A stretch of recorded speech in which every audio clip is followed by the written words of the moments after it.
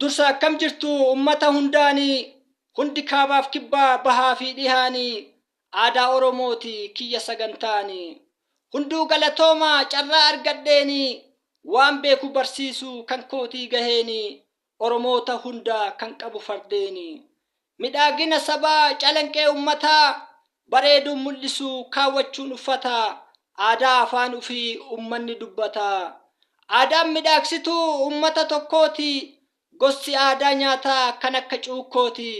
kan kana siif kennu oromoo shawaati agarsiisni aadaa iddoo garagaraa hundaaf walqixxummaadha kan kenname maraa nama ijaan argu kan filatu karaa biyya maanyaa sanyii kan arsii asallaa aadaan nyaataa keessan micciiraaf caccabsaa namni aadaan beenne seenaa dhugaa dabsaa dhaloota seenaattu aadaa fi guddisaa dubartoonni arsii shurrubbaa shubbisaa amboo fi salaalee kan beeku dhiichisaa amboo fi salaalee kan beeku dhiichisaa aadaa sirna gadaa kan naamu jaalalaa jimmaa fi wallaggaa dhugduu buna qalaa goota biyya oolchee waraabessa jalaa ummata dheebottuu siif kennu aannanii biyya aannan malee hin dhunne bishaanii ummanni booranaa kan bulu gadaanii oromoof booranaa hangafa kan ta'e aangoo waliif kennaa waggaa 8 gahee dimokiraasiin dhugaa dursa nurraa ka'e ottee gurra lamaan raafattuu aannanii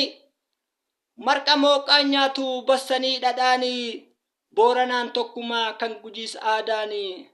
nyaattuu dhadhaaf dhamaa kan hin nyaanne ittoo ummata qulqulluu kan hin qabne cittoo booranni nagaa malee namaan yaadu miitoo aadaa walammachuun beekama booranni badhaatuu loon burree kan qabdu loowwanii waan dubbatuun beeku namoonni gowwaanii seera sirna gadaa bu'uura godhatee ummata jiraatu hundumaa hammatee waan qabuun deeggaruu namni yoo rakkatee biyyi sirna gadaa nurraa baratanii wal jaalalaan buluu hundaa hammatanii wajjiin bashannanu dhuganii nyaatanii wajjiin bashannanu dhuganii nyaatanii biyya Ameerikaa gadaa nurraa dhaalte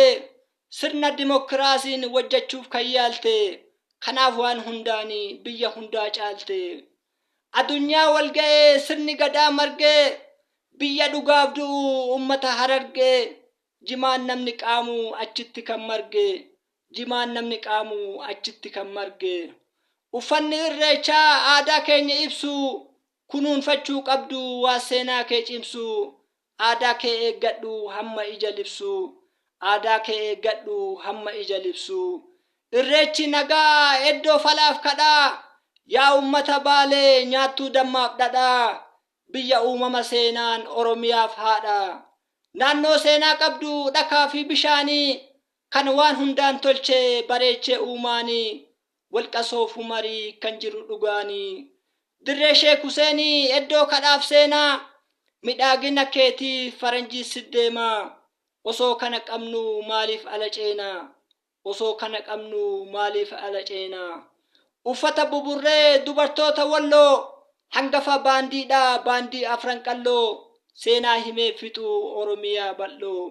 diina wajjiin namni sobaa sitti moree waan hundaan badhaatu hawaashiif soodoree booranaaf barreentu kan oromoo horee